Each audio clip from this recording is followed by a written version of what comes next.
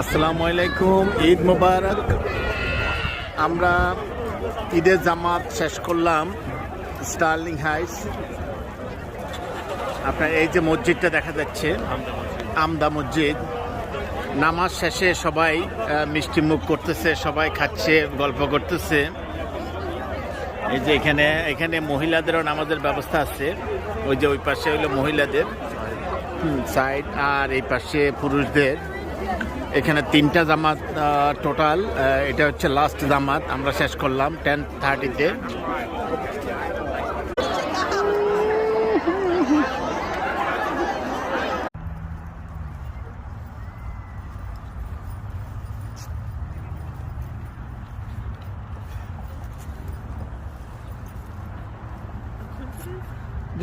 গাড়িতে উঠো।